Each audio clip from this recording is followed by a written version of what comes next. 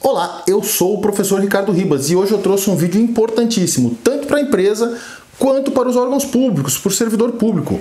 Como é que eu faço o reequilíbrio da minha ata de preços? É importante para a empresa porque se ela não souber pedir e não souber ponderar o risco ao pedir o reequilíbrio de preços, ela pode perder o próprio item da ata. E é importante para o servidor por motivos óbvios, ele tem que saber fazer o procedimento correto para não ser depois punido lá pelo Tribunal de Contas. Então fica comigo até o final desse vídeo que eu vou te mostrar passo a passo, com uma didática prática, como deve ser feito o reequilíbrio na ata de preço. O primeiro ponto importante é que a gente tem que, graças ao Senhor, meu Deus, esquecer o artigo 19 do Decreto 78/92, que regulamentava na antiga lei o reequilíbrio de preços e dizia que eu não poderia fazer o reequilíbrio para mais. O artigo 18 dizia que eu podia reequilibrar para menos, né? Mas não podia, o artigo 19 impedia o reequilíbrio para mais, para aumentar o preço da ata, né? Na verdade, ele dizia que naquele caso eu teria que, se eu fui comunicado pelo fornecedor, pelo registrado antes de demandar o objeto da ata, eu teria que afastá-lo, teria que dispensá-lo da obrigação de fornecimento e partir para a lei de licitações, partir aí para o 78/92 e licitar novamente. A nova lei de licitações muda essa sistemática e ela traz no artigo 82, inciso 6º, a possibilidade de alteração dos preços. Isso vai servir tanto para o reajuste da ata, porque agora nós temos uma ata que pode ter mais de um ano de vigência, isso é motivo para um outro vídeo, quanto para o reequilíbrio econômico-financeiro, porque se eventualmente eu considero que a ata é um pré-contrato ou possui natureza contratual, como alguns doutrinadores dizem, e portanto ela pode ser reajustada, não teria motivo para ela não ser reequilibrada. E era um anseio do próprio mercado e da própria administração pública como um todo, que muitas vezes se via perdida, né? Perdia a ata de preços porque não podia reequilibrar, sabendo que o reequilíbrio era devido, o reequilíbrio era necessário. De 2020 até 2022 nós vimos isso acontecendo muitas vezes, principalmente na área da construção civil. Mas vamos voltar para o que é importante. Como é que eu faço o meu reequilíbrio da ata de preços? São duas as situações. A primeira situação, a situação em que o preço de mercado está mais baixo que o preço registrado, e a segunda situação em que o preço de mercado está mais alto que o preço registrado. Mas antes da gente entrar nessa dinâmica propriamente dita, é importante a gente entender que o registro de preços na nova lei de licitações também trouxe outras informações. Que outras informações importantes e que vão alterar a sistemática do reequilíbrio, tanto para baixo quanto para cima. Agora, eu posso ter no meu registro de preços a possibilidade de licitantes que cotem quantitativos inferiores ao item licitado. Se você não está sabendo muito bem o que é isso, volta lá no meu canal do YouTube, tem um vídeo específico sobre as características do novo registro de preços e eu explico detidamente sobre isso. Mas o fato é que agora, quando eu vou participar de licitação, se o edital permitir, e aí vai depender de lá no ETP, né, o órgão público justificar essa possibilidade ou a impossibilidade, né, eventualmente o edital ele vai dizer, olha, eu aceito quantitativos menores. E aí eu posso ter dentro de um mesmo item do registro de preços, né, vários vencedores nos seus respectivos quantitativos. Então o item 1 era de 1000 unidades do produto A, né, e a empresa X cotou 100 unidades, a empresa Y cotou 200 unidades, a empresa Delta cotou 700 unidades. Eu tenho lá 3 vencedores dentro do mesmo item. Isso inclusive traz um problema aí de economicidade, como é que eu vou comprovar isso, enfim, isso é motivo para um outro vídeo. Mas o fato é que eu posso ter dentro de um mesmo item de registro de preços mais de um vencedor. Um outro problema também criado, né, pela nova lei de licitações é a possibilidade do cadastro reserva. A nova lei de licitações ela permite que aquele licitante que perdeu, que vai embora sem nada, né, ele possa participar de 2 cadastros, né? O cadastro reserva ao preço do vencedor e o cadastro reserva ao seu próprio preço. Se você quer um vídeo específico sobre o cadastro reserva, deixa aí nos comentários desse vídeo ou deixa lá no meu Instagram que eu gravo para você, né? Então, também tem essa possibilidade de eu ter o cadastro reserva em que aquela empresa que perdeu, né, se compromete a no futuro, se eventualmente o vencedor não puder executar a ata de registro de preços, ele executar em substituição, quer no primeiro tipo de cadastro pelo preço do vencedor, quer no segundo tipo de cadastro reserva pelo próprio preço que ele havia perdido, ok? Então nós temos essas duas interferências na dinâmica do reequilíbrio. Vamos lá para os exemplos, vocês vão entender. Primeira hipótese. O preço do registro de preços é de R$100 a unidade, vamos imaginar, e o preço de mercado está R$80 a unidade. Ricardo, como é que eu sei que o preço de mercado está a R$80? Presta atenção nisso, que isso é um primeiro ponto muito importante para você, servidor, para você, gestor dessa ata. Sempre que você for demandar a ata, você precisa verificar preço de mercado. E aí você tem duas condições de fazer isso. Ou você faz efetivamente a pesquisa de preço no mercado, nos termos do artigo 23 da nova lei de licitações, ou você cria no seu regulamento, não é no edital, é no regulamento, você cria no seu regulamento um procedimento de validade da proposta comercial, do orçamento fornecido pela empresa. Seria dizer basicamente o seguinte, quando da pesquisa de preços, os preços serão considerados válidos e de mercado pelo prazo de validade das propostas. Então sempre que você fizer uma pesquisa de preços, por exemplo, para 60 dias, para 90 dias, durante aqueles 60 dias, durante aqueles 90 dias, aqueles preços que você cotou na pesquisa de preços valeriam para essas contratações futuras, vamos dizer assim. Então no 10º dia você vai utilizar aquela pesquisa de preço, no 20º dia aquela pesquisa de preço, no 60º dia aquela pesquisa de preço, e só no 61º você teria que fazer uma nova pesquisa de preço. Se você também quer mais informações sobre isso, é muita informação, é muita coisa nova na nova lei de licitações, me pede também como fazer a pesquisa de preços na nova lei de licitações, que eu venho aqui, gravo e te explico.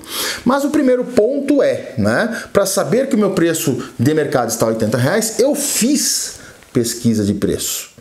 E eu vou comprovar isso, obviamente, no processo.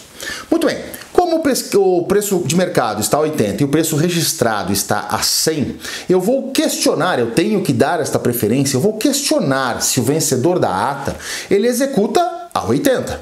Se ele aceitar executar a 80, eu vou lá, ele baixa o preço, obviamente, eu vou lá e compro dele. Agora, se eventualmente, enquanto eu estou falando do compro, pode ser serviço também, tá, gente? Agora, se ele falar assim, olha, não consigo reduzir para 80, é aí que entram aqueles aspectos tanto do cadastro reserva quanto dos demais licitantes vencedores de quantitativos inferiores no item. Porque anteriormente, na lei anterior, o que eu faria? Anteriormente, na lei anterior, o que eu faria? Eu abandonaria a ata de preço e iria para o mercado. Mas agora não.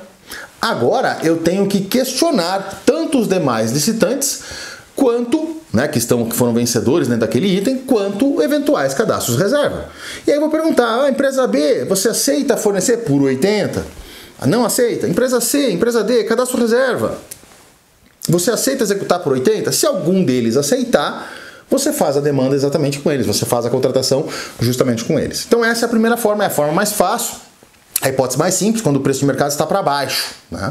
O grande problema vai ser quando for o inverso. O preço de mercado está acima do preço registrado. Vamos imaginar que o nosso preço registrado está a R$100 o valor unitário. E numa pesquisa de preços eu constato que o meu preço de mercado está a R$150. É óbvio que eu não vou falar para o fornecedor, olha, vamos reequilibrar sua ata porque eu vi que o mercado está mais caro. Pode ser que o fornecedor tenha aquele produto em estoque. Então eu vou demandar que ele execute a ata por R$100. Olha, fornecedor, entregue tantas unidades ou preste tantas horas de serviço a R$100. E ele vai me dizer, opa, olha, o mercado está muito mais caro, eu não consigo executar R$100 porque eu não tenho em estoque, eu vou ter que comprar no mercado para te entregar. Presta muita atenção agora porque esse exemplo vai ficar mais complexo. Vamos imaginar que a administração, ao pesquisar o preço, verificou que o preço de mercado era R$150 a unidade, ok? Mas quando a empresa vencedora do registro de preços, que está lá a 100, diz, olha, eu preciso reequilibrar, ela não pede para reequilibrar para 150, ela pede para reequilibrar para 130.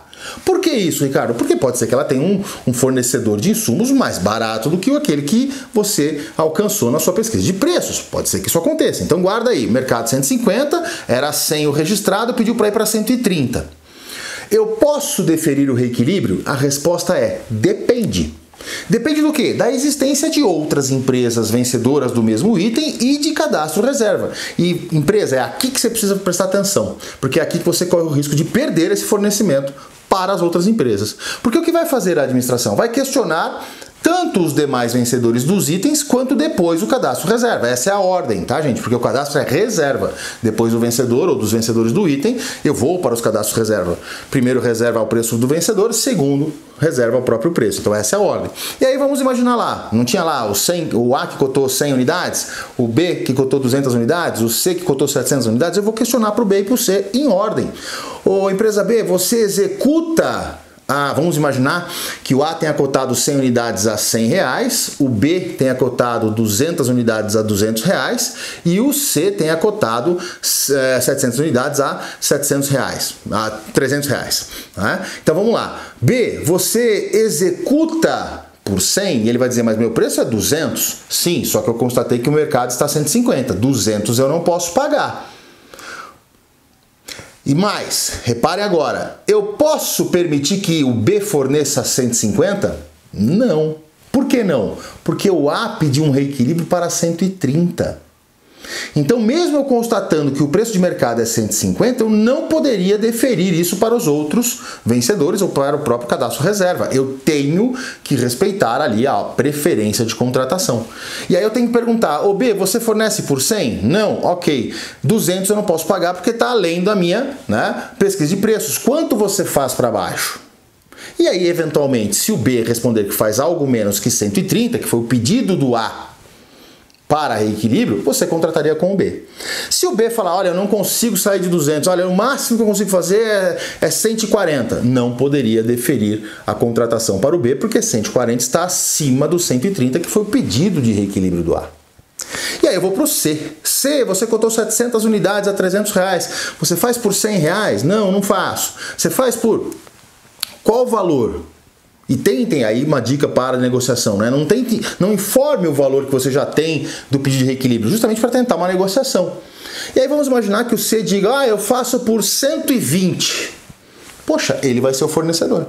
Por quê? Porque o A pediu a 130, o B não conseguiu fazer um menor valor, né? Eu tenho 150 no mercado e o C topou sair de 300 para 120, menos do que o A está pedindo. Mas se isso não acontecer, eu afasto os vencedores do item e vou para o cadastro reserva. O primeiro cadastro reserva é o cadastro reserva ao preço do vencedor. Quem foi o vencedor? A empresa A, não é? Foi a vencedora a R$100. E aí eu vou questionar eventual cadastro reserva se eles aceitam, não é? Cotar ali, fornecer a R$100. Se não aceitarem, eu vou demandar também, né, a pergunta sobre por quanto eles poderiam fornecer, qual seria o pleito deles. E aí eles vão me informar qual seria o pleito de reequilíbrio. Se for inferior ao pleito do A, o A sempre vai ter a preferência, no nosso exemplo, né? Se o pleito for menor que o do A, eu compraria então daquele fornecedor, daquele cadastro reserva. Se não for menor que o do A, né, eu vou sempre questionar os demais em ordem crescente de valores até constatar que todos que pediram o reequilíbrio, né, estão pedindo o reequilíbrio em valores maiores que o do A. E aí eu volto até a empresa A e digo, vou deferir o seu reequilíbrio de 130. E aí eu tenho alguns alertas. Primeiro alerta, isso demora muito. Isso vai demorar tempo, porque eu não posso questionar todos ao mesmo tempo. Então isso vai demandar um grande tempo. Cuidado para não perderem o seu planejamento.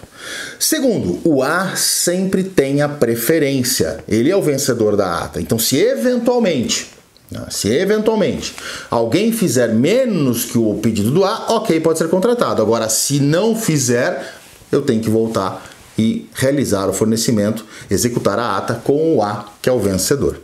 Ok? Então vejam que o empresário corre o risco, né? Porque eventualmente ele faz um pleito de reequilíbrio muito alto e a diferença para o segundo colocado ou para o vencedor de um outro quantitativo do mesmo item não é tão grande de preço. E eventualmente essa segunda empresa pode ir lá e falar assim, não, eu topo fazer um preço mais barato. Perdeu o fornecimento. Então agora a regra do reequilíbrio, isso foi muito bom, pelo menos do meu ponto de vista, ela passou a ser muito real, muito fática, muito justa. Vamos ver de fato qual foi o seu desequilíbrio, justamente para tentar evitar, né, que as empresas surfem em ondas de mercado tendo o produto eventualmente. Então agora a empresa fique sabendo, se você pedir o reequilíbrio e alguém fizer um preço menor, você perde aquele fornecimento. Ok? E, servidor, essa é a forma correta. Demanda tempo. Consulta com cada um deles. Você ficou com dúvida? Quer saber mais sobre registro de preços? Entre em contato comigo, me manda aqui no descritivo desse vídeo para que eu possa te ajudar a crescer com licitações. Eu sou o professor Ricardo Ribas, te desejo ótimas licitações, muito sucesso e te vejo no próximo vídeo. Tchau!